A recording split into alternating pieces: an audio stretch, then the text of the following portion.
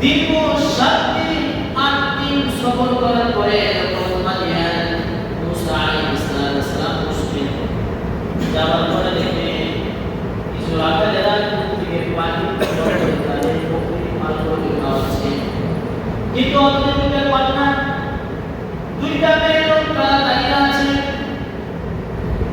অর্থাৎ তারাও তাদের দিকে বোঝা যাচ্ছে তারাও পানি পান করার জন্য দাঁড়িয়ে আছে। তাদের বকরি মালগুলোকে মুসা আলাইহিস সালাম তাদেরকে দেখে অসহায় হলো।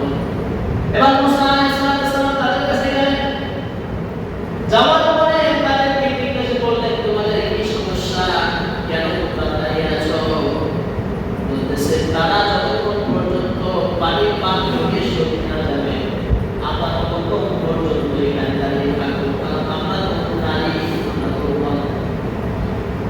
পক্ষান্তরে মুসা আলাইহিস সালাম প্রশ্ন করেন তোমরা কেন বকরি লাগারি করতে আসলে, বকরি কেন তোমরা চালু করতে আসলে? এই জন্য সে কিন্তু সাথে সাথে সে উত্তর দিয়ে দিলেন যে আমাদের বাবা অনেক বয়স হয়ে যাওয়ার কারণে আমাদের বাবা আসতে পারে না। আল্লাহ আপনার তাদের সেই কথাগুলো কোরআন কারিমের মধ্যে উল্লেখ করে দিলেন। আল্লাহ আপনার বলেন ওয়ালাম্মা ওয়ালাদানা মাদিয়ানা ওয়াজাদা আলাইহি উম্মাতান মিনান নাসি ইয়াসকুন ووجد من دونهم امرأتين تذودان। দুইজন পান্ডাকে যখন মুসা আলাইহিস সালাম দেখলেন তাদেরকে বললেন ক্বালা লা খাতবুকুমা, কি কারণে তোমরা দাঁড়িয়ে আছো? তারা বলল ক্বালাতা লা নাসকি হাত্তা ইসদিরা আর-রিআ ওয়া আবুনা শাইখুন কাবীর।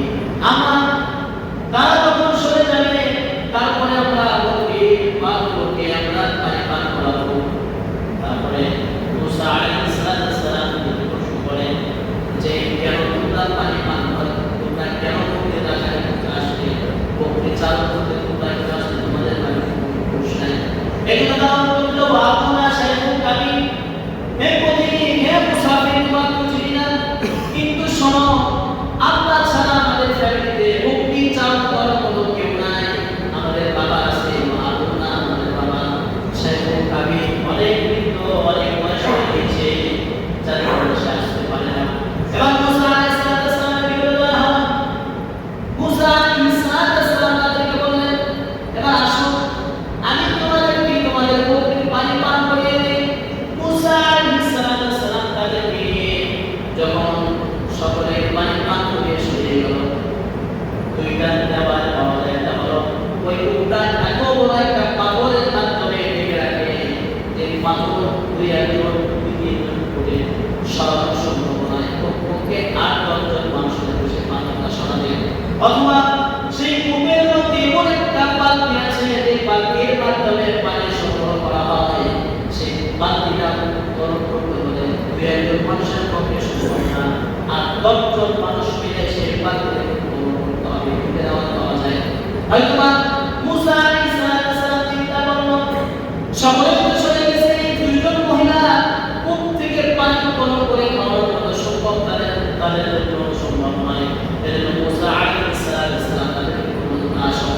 মুসা আলাইহিস সালাম সেই পাথর সরিয়ে বালতিতে পানি গরম করে তাদের বকরিগুলোকে তাদের বকরির পালগুলোকে পানি পান করে দিল। আল্লাহ রাব্বুল আলামিন সেই কথা বলেন ফাসাকা লাহুমা সুম্মা তাওয়াল্লা ইলাল যিল্লি ফাকালা রাব্বি ইন্নী লিমা আরসালতা ইলাইয়া মিন খায়রিন ফাকির। মুসা আলাইহিস সালাম তাদের বকরির পানি পান করানো, পানি পান করানোর পরে যখন ওই দুইজন কন্যা কিছু অস্বাভাবিক ঘটনা দেখতে পেল যে একজন যুবক কিভাবে পানিটা সরাইল, আবার সেই ভারী পানি থেকে সে একটাই কত শক্তিশালী যুবক। এদিকে মুসা আলাইহিস সালাম পানি পান করানোর পরে যখন এই কন্যা দুজন তাদের বাড়ি থেকে রওনা হলো, ওই মেয়ে দুটি যখন বাড়ি থেকে রওনা হলো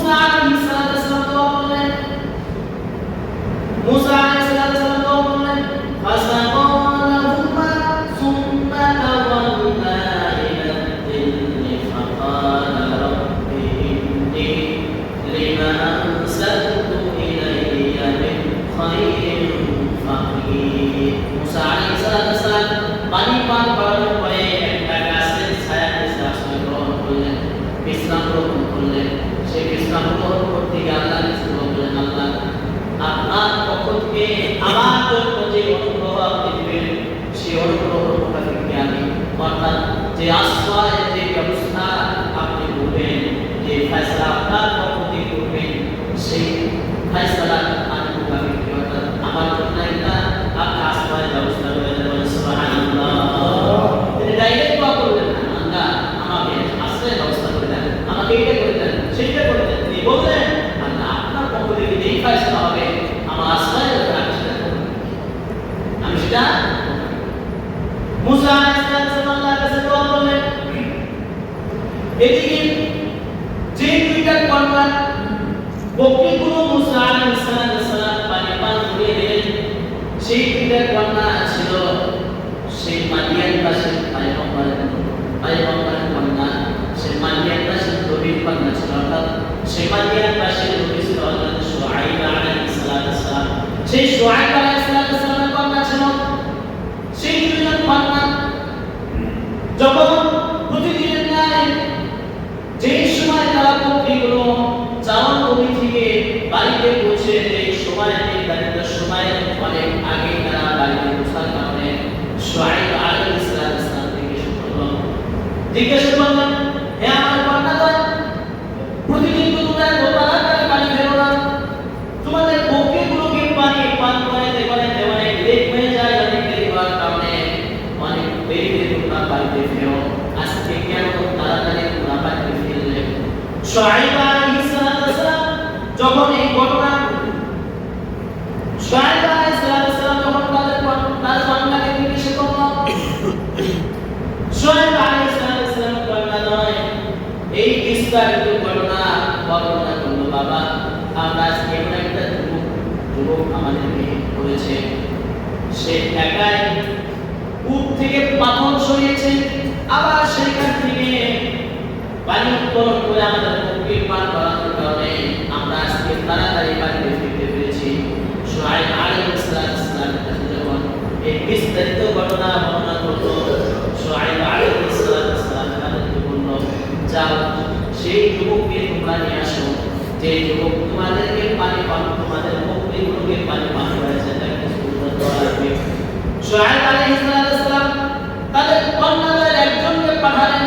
আল্লাহ রাব্বুল আলামিন সে কথা পবিত্র কোরআন কারীমের মধ্যে সূরা কাসাসে আল্লাহ রাব্বুল আলামিন উল্লেখ করেছেন। আল্লাহ রাব্বুল আলামিন বলেন, ফাজাতুহু ইহদাহুমা তামশি আলা ইসতিহয়া قالت إن أبي يدعوك ليجزيك أجر ما سقيت لنا فلما جاءه وقص عليه القصص قال لا تخف نجوت من القوم الظالمين. سبحان الله.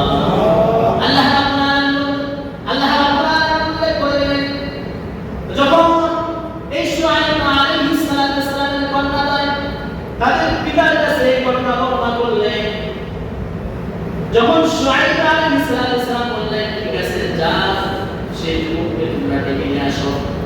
শুআয়ব আলাইহিস সালামের যে একটা কন্যা সেই যুবককে ডাক দেওয়ার জন্য, অর্থাৎ মুসা আলাইহিস সালামকে ডাক দেওয়ার জন্য গেলেন।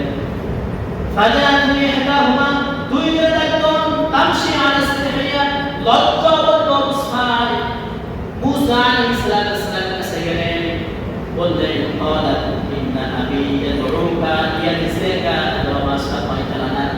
إن أبي নিশ্চয় আমার পিতা يدعوك ليجزيك আপনাকে ডেকেছে, হে পুত্রী হে মুসাফির আপনাকে আমার বাবা ডেকেছে, আপনি যে আমাদের জন্য পরিশ্রম করেছেন তার পারিশ্রমিক দেওয়ার জন্য আমার বাবা ডেকেছে।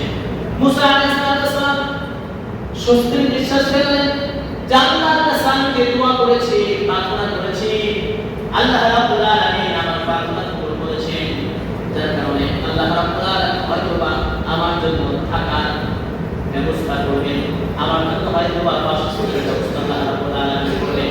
মুসা আলাইহিস সালাম একটু আত্মতৃপ্তি পেল। এদিকে মুসা আলাইহিস সালাম সেই কন্যার সাথে সে মেয়েটির সাথে রওনা হয়ে গেল। মুসা আলাইহিস সালাম তাকে ডাকতে বলতেছে, হে কন্যা তুমি শোনো, এই মেয়ে তুমি শোনো, তুমি আমার পিছনে পিছনে চলো, পিছন থেকে আমি যেদিকে রাস্তা সেদিকে দুইটা আওয়াজ পাওয়া যায়, হয়তো মাটির কিছু হাতে নিয়েছে, যেদিকে রাস্তা হবে সেই দিকে দুইদিকে প্রমাণ করে দিতে হবে, অথবা ডান অথবা বাম বলে তুমি ইশারা করবা। এখানে পাওয়া যায় রাস্তাঘাটে মেয়ে লোকদের সাথে চলতে হয়, মেয়ে লোকদেরকে সামনে দিয়ে, পুরুষ পিছনে হাঁটা যাবে না, পুরুষ যাবে সামনে, মেয়ে লোকদের পিছনে। অথবা দেখেন আল্লাহ রাব্বুল আলামিন পয়গম্বর মুসা আলাইহিস সালাম নিজের চক্ষুর ব্যাপারে কতটুকু সতর্ক থেকেছেন। মুসা আলাইহিস সালাম কতটুকু ভয় করতেন গুনাহকে।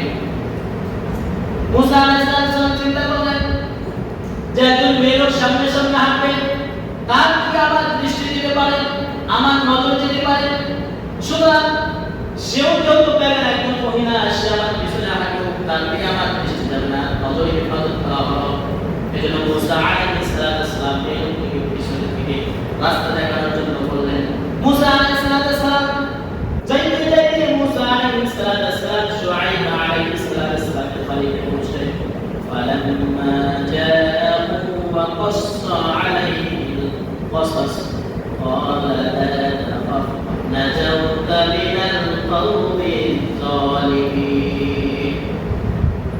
موسى عليه الصلاة والسلام شعيب عليه الصلاة والسلام কাছে পৌঁছার পরে শুআইব আলাইহিস সালাতু ওয়াসসালাম যখন মুসা আলাইহিস সালাতু ওয়াসসালামকে জিজ্ঞেস করলেন, কি ব্যাপার, কোথা থেকে আসছো, ঘটনা কি আমার কাছে একটু বলে বলো। মুসা আলাইহিস সালাতু ওয়াসসালাম সব বিস্তারিত বর্ণনা করে বললেন। যখন খুলে বললেন, শুআইব আলাইহিস সালাতু ওয়াসসালাম বুঝতে পারলেন এটা খুব সাধারণ লোক নয়, এটা আল্লাহর পয়গম্বর হবেন, আল্লাহ রাব্বুল আলামিন তাকে নবুয়ত দান করবেন। এরকম অসাধারণ একটা যুগ আল্লাহ রাব্বুল আলামিন আমার ঘরে মেহমান বানিয়ে বলেন সুবহানাল্লাহ। শুআইব আলাইহিস সালাম যখন পয়গম্বর ছিলেন, তিনি একজন নবী ছিলেন, যার কারণে তিনি মুসা আলাইহিস সালাম সব ঘটনা শোনার পরে তিনি বুঝতে পারলেন যে কোনো সাধারণ যুবক হবে না, অসাধারণ যুবক পয়গম্বর হবে। শুআইব আলাইহিস সালাম বুঝতে বাকি রইল। এবার শুআইব আলাইহিস সালাম তাকে সান্ত্বনা দিতেছেন, নাজাউতা ক্বালা লা তাখাফ নাজাউতা মিনাল কওমি যালিমিন। হে মুসা, তুমি চিন্তা করো না, ভয় করিও না, নাজাউতা মিনাল কওমি যালিমিন, আল্লাহ তোমাকে জালেম থেকে মুক্ত করেছে। জালেম থেকে মুক্ত, কারণ মাদিয়া ফিরাউনের এরিয়ার বাইরে, ফিরাউনের এরিয়া, ফিরাউনের রাজত্ব কি ছিল, বাইরে ছিল। যার কারণে শুআইব আলাইহিস সালাম বললেন যে এখন তোমার আর কোনো ভয়, কারণ এখানে তো ফিরাউন এসে তোমাকে আর নির্যাতন করবে না। এজন্য শুআইব আলাইহিস সালাম বললেন যে না, তোমার আর কোনো ভয় নেই। এবার শুআইব আলাইহিস সালাম যে দুজন কন্যা বাবাকে ডেকে বলতেছে, বাবা আমাদের বাড়িতে কোনো যুবক নেই, কোনো পুরুষ মানুষ নেই, কাজের কোনো লোক নেই, আপনি তার চেয়ে ভালো এই যুবককে আপনি আমাদের কাজের লোক হিসেবে রেখে হিসাবে কথা বল, হিসাবে কাজের লোক হিসেবে, কথা কি বুঝে আসতেছে, কথা কি বুঝতেছেন আপনারা, কাজের লোক হিসেবে কি করে দেখে। আবার এই কথা বলার সাথে সাথে দুজন কন্যা আবার বলতেছে, বাবা যুবকটা অনেক শক্তিশালী এবং বিশ্বস্ত, যুবকটা অনেক শক্তিশালী এবং কি কথা বলেন এবং বিশ্বস্ত। কয়টা গুণের কথা বললেন, একটা হলো শক্তিশালী আর একটা হলো বিশ্বস্ত। আচ্ছা বলেন তো দেখি, যে কোনো ব্যবসা বাণিজ্যের ক্ষেত্রে এই দুইটা জিনিসই কিন্তু সবচেয়ে বেশি প্রয়োজন। আপনার ব্যবসার ক্ষেত্রে যখন আপনি কর্মচারী রাখতে যাবেন, কমপক্ষে এই দুইটা জিনিস কিন্তু লাগবে। যদি একেবারে দুর্বল হয় তাও আপনি ব্যবসা চালাতে পারবেন না, আর যদি বিশ্বস্ততা না থাকে দেখবেন এক মাস পরে আপনার চাল সত্যি হয়ে গেছে। কথা বলেন ঠিক কিনা, কথা বলেন ঠিক কিনা। এই জন্য শুআইব আলাইহিস সালাম কন্যা বললেন যে বাবা যেমন শক্তিশালী তেমন কি বিশ্বস্ত, যেমন শক্তিশালী, একটু কথা বলেন না, যেমন শক্তিশালী তেমন বিশ্বস্ত। এবার শুআইব আলাইহিস সালাম বললেন শক্তিশালী কোনটা কিভাবে বুঝলে, বিশ্বস্ত এটা তোমরা কিভাবে বুঝলে। তারপর তাদেরকে বলল যে তোমরা কিভাবে জানলে যে বিশ্বস্ত, সে কথা আল্লাহ রাব্বুল আলামিন পবিত্র কোরআন কারিমের মধ্যে বললেন যে তার বান্দাদের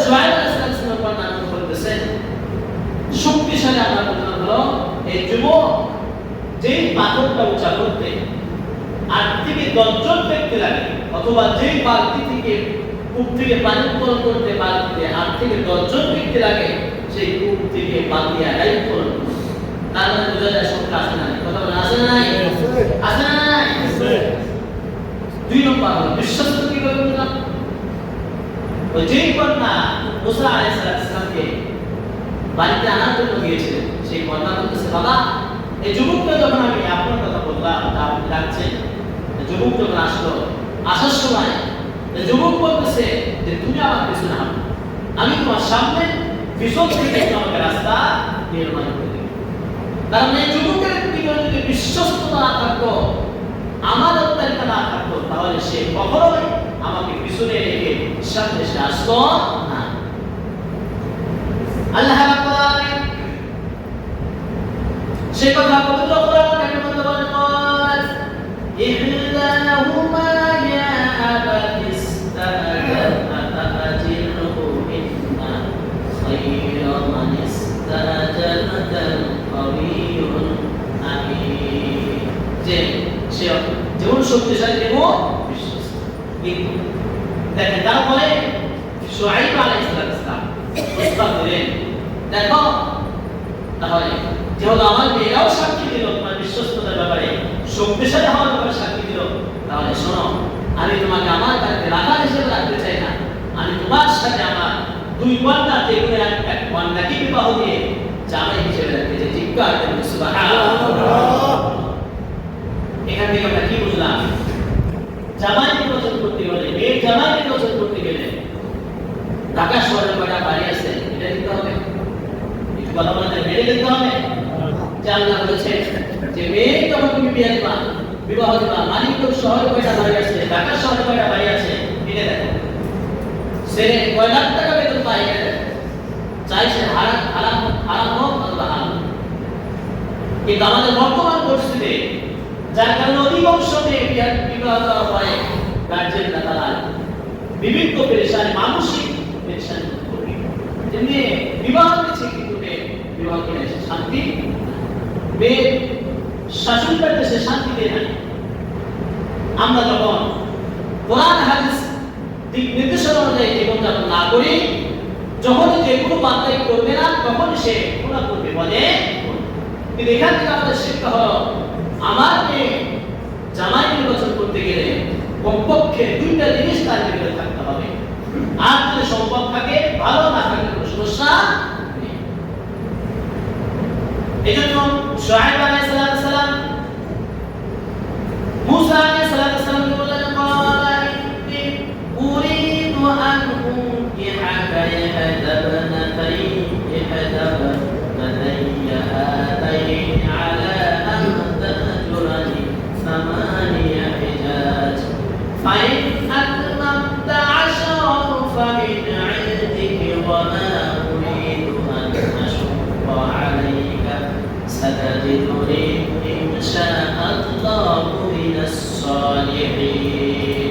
শুআইব আলাইহিস সালাম মুসা আলাইহিস সালামকে বললেন, 2টা কন্যা যে একটা কন্যা তোমার সাথে বিবাহ দিয়ে তোমাকে জামাই আনতে রাখবো। এই কন্যা বিবাহ দেবে, কিন্তু মহারানা কোথায় পাবে? মুসা আলাইহিস সালামের কাছে কোনো সম্পদ নেই। শুআইব আলাইহিস সালাম বলেন, মহারানা শুনো, 8 বছর তুমি আমার বাড়িতে থাকবে, আমার বাড়িঘর দেখাশোনা তুমি করবে, আমার বকরির পালগুলো তুমি দেখাশোনা করবে 8 বছর।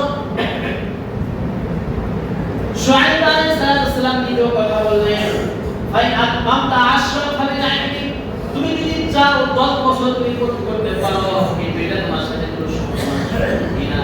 8 বছর তুমি 8 বছর থাকতে পারো, যদি চাও 10 বছর তুমি পূরণ করতে পারো, কিন্তু 8 বছর তোমার থাকতে হবে। এবার মুসা আলাইহিস সালাম শুআইব আলাইহিস সালাম আশ্বস্ত করলেন, ওয়া উরিদু আন আশুক্কা আলাইকা সাতাজিদুনি ইনশাআল্লাহু মিনাস সালিহিন। তুমি যতদিন আমার বাড়িতে থাকবা, আমি বন্ধুদের মতো তোমার সাথে খারাপ আচরণ করে তোমাকে নির্যাতনের মধ্যে রাখবো, কষ্টের মধ্যে রাখবো, এটা থেকে তুমি মুক্ত। আমাকে সালিহিনদের অন্তর্ভুক্ত বলেন সুবহানাল্লাহ। এবার মুসা আলাইহিস সালাম বলেন যালিকা বাইনি ওয়া বাইনাকা আইয়ামাল আজালাইন কাদাইতু ফালা উদওয়ানা আলাইয়া ওয়াল্লাহু আলা মা তাকুলু ওয়াকিল। মুসা আলাইহিস সালাম বলেন ঠিক আছে, আপনার সাথে আপনার আমার মাঝে বাইনি ওয়া বাইনাক আইয়ামাল আজালাইন কাদাইতু ফালা উদওয়ানা আলাইয়া। মুসা আলাইহিস সালাম বললেন যে ঠিক আছে, আপনার আমার মাঝে এটাই চুক্তি হলো, আপনার মেয়েকে আমার সাথে বিবাহ দেবেন পহরনা হিসেবে। আমি 8 বছর আপনার বাড়িতে থাকবো, 10 বছর থাকি বা পরে দেখা যাবে, কিন্তু 8 বছর আমি থাকবো, এটা আপনার সাথে চুক্তি হলো।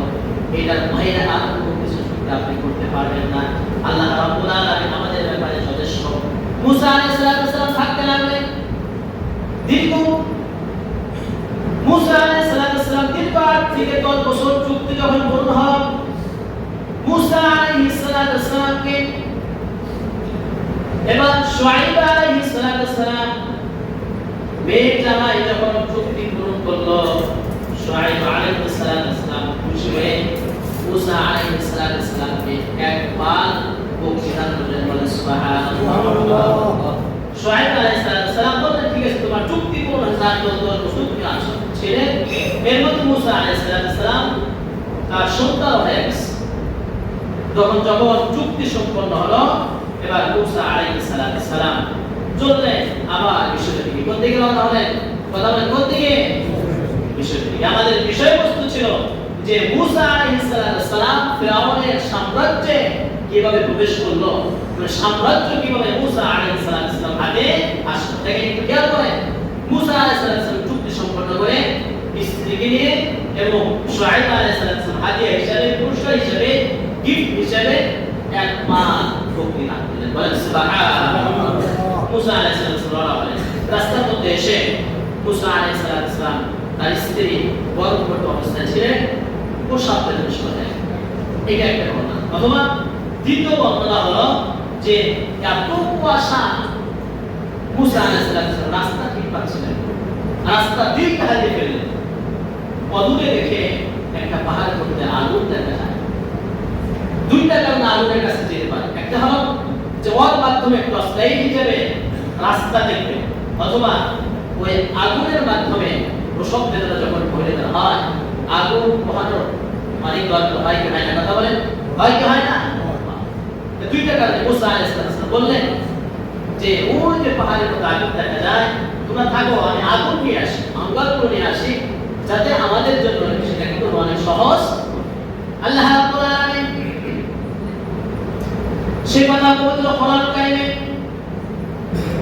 সূরা তাহার মধ্যে আল্লাহ রাব্বুল আলামিন বললেন ইন্না রাআ নারান ফাকালা লিআহলিহিম কুসু ইন্নী আনাস্তু নারান লাআল্লি আতিকুম মিনহা বিqabasin আও আজিদু আলান নারি হুদা। মুসা আলাইহিস সালাম বললেন ওই অদূরে পাহাড়ের মধ্যে আগুন দেখা যায়, তোমরা থাকো, আমি আগুন আনি, আগুন আনলে আমাদের জন্য অনেক উপকার হবে। মুসা আলাইহিস সালাম চলে গেলেন আগুনের জন্য। মুসা আলাইহিস সালাম যখন আগুনের জন্য গেলেন, একটা আশ্চর্য ধরনের ঘটনা ঘটে গেল। একটা ইতিহাস আল্লাহ রাব্বুল আলামিন সেইখান থেকেই মুসা আলাইহিস সালামকে আল্লাহ রাব্বুল আলামিন নবুয়তের জন্য নির্বাচন করলেন। বলেন সুবহানাল্লাহ। যখন মুসা আলাইহিস সালাম গেলেন, ফালাম্মা আতাহা নুদিয়া ইয়া মুসা ইন্নী আনা রাব্বুকা ফাখলা'না আলাইকা ইন্নাকা বিল ওয়াদিল মুকদ্দাসি তুওয়া। বলেন সুবহানাল্লাহ। আল্লাহ রাব্বুল আলামিন মুসা আলাইহিস সালাম যখন আগুনের জন্য পাহাড় উপত্যকায় গেলেন, তুয়া উপত্যকায় যখন মুসা আলাইহিস সালাম গেলেন, ওই দৃশ্য দেখে আল্লাহ রাব্বুল আলামিন মুসাকে ডাকতে বললেন, নুদিয়া ইয়া মুসা, হে মুসা, ইন্নী আনা রাব্বুক, আমি হলাম তোমার রব। এখানে কোনো আগুন নাই, আমি হলাম তোমার রব, আমি তোমার মালিক, আমি তোমার স্রষ্টা। ফাখলা'না আলাইক, সুতরাং তুমি এখানে যখন প্রবেশ করবা তোমার জুতা নয়, তোমার জুতা খুলে এখানে প্রবেশ করো। কেন তুমি জুতা খুলে প্রবেশ করবে? আল্লাহ রাব্বুল আলামিন বলেন ইন্নাকা বিল ওয়াদিল মুকদ্দাসি তুয়া। কারণ এটা হলো একটা পবিত্র মুস্তাকা, এটা হলো পবিত্র একটা স্থান। তুমি এখানে প্রবেশ করতে হলে তোমাকে জুতা খুলে প্রবেশ করতে হবে। মুসা আলাইহিস সালাম সেখানে জুতা খুলে প্রবেশ করলেন। আল্লাহ রাব্বুল আলামিন মুসা আলাইহিস সালামকে বলেন ওয়া আনা তামতুকা ফাসতামি'a লিমা ইউহা ইন্নী আনা আল্লাহু লা ইলাহা ইল্লা আনা ফা'বুদনি ওয়া আকিমিস সালাতা লিযিকরি। আল্লাহ রাব্বুল আলামিন বলেন হে মুসা, আমি তোমাকে নবুয়তের জন্য নির্বাচন করলাম, তোমাকে নবুয়ত দান করলাম। ইন্নানি আল্লাহু লা ইলাহা ইল্লা আনা ফা'বুদনি ওয়া আকিমিস সালাতা লিযিকরি। সুতরাং তুমি আমার ইবাদত করো, আমি ছাড়া কোনো ইলাহ নাই, আমি ছাড়া কোনো রব নাই, তুমি আমার ইবাদত করো এবং নামাজ পড়ো। আমি আল্লাহ রাব্বুল আলামিনের জিকির করো, স্মরণ করো। আল্লাহ রাব্বুল আলামিন পবিত্র কোরআন কারীমের মধ্যে মুসা আলাইহিস সালামকে যখন এই তাহার মধ্যে আল্লাহ রাব্বুল আলামিন যে ঘোষণা দিলেন, মুসা আলাইহিস সালাম নবুয়তের ঘোষণা যখন সম্পন্ন হলো, এবার মুসা আলাইহিস সালাম আল্লাহ রাব্বুল আলামিন মুসা আলাইহিস সালামকে বলেন, হে মুসা, আমি যে তোমাকে নবুয়ত দিলাম, নবুয়তের ক্ষেত্রে নবুয়তের মধ্যে প্রচার করতে যাবে। এই নবুয়ত যখন মানুষের কাছে তুমি নবুয়তের দাওয়াত তুমি যখন দিতে যাবে, এই নবুয়তের প্রমাণ তোমার কাছে চাবে। কি প্রমাণ? কেমনে তুমি নবী হলা? তুমি নবী হওয়ার যে প্রমাণ তোমার কাছে যখন মানুষ চাইবে, আমি আল্লাহ রাব্বুল আলামিন তোমাকে দুইটা প্রমাণ আমি আল্লাহ রাব্বুল আলামিন দেব, দুইটা মুজিজা আমি আল্লাহ রাব্বুল আলামিন তোমাকে দেব। যখন মানুষ তোমার কাছে প্রমাণ চাবে, এই দুইটা প্রমাণের মাধ্যমে মানুষকে তুমি নবুয়তের দিকে, আল্লাহর দিকে তুমি দাওয়াত দেবে। আল্লাহ রাব্বুল আলামিন মুসা আলাইহিস সালামকে বলেন, হে মুসা, আমি যে তোমাকে কি মুজিজা দেব, আমি তোমাকে কি প্রমাণ দেব নবুয়তের? আল্লাহ রাব্বুল আলামিন মুসা আলাইহিস সালামকে ডাকতে বলেন, হে মুসা, তোমার হাতে কি? মুসা আলাইহিস সালাম বলেন, আমার হাতে লাঠি, আমি এই লাঠির মাধ্যমে গাছের পাতা পারি। শুধু তাই নয়, গাছের পাতা পাড়ার পরে সেই পাতাগুলো আমার বকরিগুলোকে খাওয়াই। আল্লাহ বলেন, হে মুসা, আমি শুধু তোমাকে জিজ্ঞেস করছি গাছে তোমার হাতে কি? এতগুলো উত্তম দরকার প্রয়োজন নাই। মুসা আলাইহিস সালাম আল্লাহকে বলে, আল্লাহ, আপনার সাথে কথা বলার সুযোগ যখন আমি পেয়েছি, আমার এই লোকটা সামলাইতে পারি না, এই জন্য আপনি প্রশ্ন করেছেন একটা, আমি মুসা উত্তর দিয়েছি তিনটা। বলেন সুবহানাল্লাহ। মুসা আলাইহিস সালাম যখন বললেন আমার হাতে লাঠি, আল্লাহ রাব্বুল আলামিন বললেন, হে মুসা, তোমার লাঠিটা ফেলে দাও। মুসা আলাইহিস সালাম যখন লাঠি ফেললেন, বিশাল বড় একটা অজগর সাপ হয়ে গেল। মুসা আলাইহিস সালাম ভয় পেয়ে গেলেন। আল্লাহ রাব্বুল আলামিন বলেন, লা তাখাফ, হে মুসা, তুমি ভয় পেও না, তোমার লাঠিটাকে তুমি ধরো, ওই সাপটাকে তুমি ধরো। ধরার সাথে সাথে মুসা আলাইহিস সালাম যখন ধরলেন, সাথে সাথে সাপটা লাঠি হয়ে গেল। বলেন সুবহানাল্লাহ। আরো জোরে বলেন সুবহানাল্লাহ। লাঠি ধরার সাথে সাথে সাপ ধরার সাথে সাথে লাঠি হয়ে যায়। আমরা সাপ ধরলে কি হবে? লাশ হয়ে যায়। কথা বলেন ঠিক কিনা? আল্লাহ রাব্বুল আলামিন বলেন, এটা হলো প্রথম পুরস্কার। দ্বিতীয় পুরস্কার হলো, দ্বিতীয় মুজিজা হলো, আল্লাহ রাব্বুল আলামিন মুসা আলাইহিস সালামকে বলেন, হে মুসা, তোমার হাতটা তোমার বগলের নিচে রাখো। মুসা আলাইহিস সালাম হাত যখন বগলের নিচে রাখলেন, বগল থেকে যখন বের করলেন, দেখে আমার হাতের মধ্যে, মুসা আলাইহিস সালাম হাতের মধ্যে লাইটের মতো আলো হচ্ছে। বলেন সুবহানাল্লাহ। আর বের করার সাথে সাথে 10 লাইটের মধ্যে আলো হওয়া শুরু হচ্ছে। আমরা যদি বগলে হাত রাখি, হাতটা যদি বের করি, লাইটের কাছে যাওয়া কষ্ট হয়ে যায়। কথা বলেন ঠিক কিনা? কিন্তু মুসা আলাইহিস সালাম যখন হাত রাখলেন, সাথে সাথে হাতের মধ্যে 10 লাইটের মধ্যে আলো ব্যবস্থা করে দিলেন। কে? আল্লাহ রাব্বুল আলামিন। সে কথা বলেন, قال هي عصاي أتوكأ عليها وأهش بها على غنمي ولي فيها مآرب أخرى قال ألقها يا موسى فألقاها فإذا هي حية تسعى قال خذها ولا تخف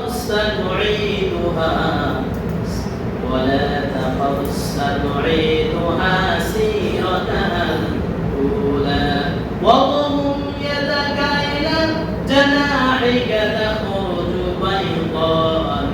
غير سوء آية أخرى আল্লাহ রাব্বুল আলামিন বললেন এই দুইটা মুজিজা আমি আল্লাহ তোমাকে দিলাম যখন তুমি নবুয়তে দাওয়াত দিতে যাবে যখন নবী হওয়ার প্রমাণ তোমার কাছে চাইবে এই দুইটা মুজিজা তুমি বলে সুবহানাল্লাহ মুসা আলাইহিস সালাম যখন দুইটা মুজিজা দিলেন আল্লাহর কাছে আরো 5টা বিষয় মুসা আলাইহিস সালাম চাইলেন সেই 5টা কথা ধারাবাহিক করে আল্লাহ ওয়াহায় করে দিয়েছে আমরা আগামী সপ্তাহে এখান থেকে আলোচনা শুনবো ইনশাআল্লাহ আল্লাহ রাব্বুল আলামিন আমাকে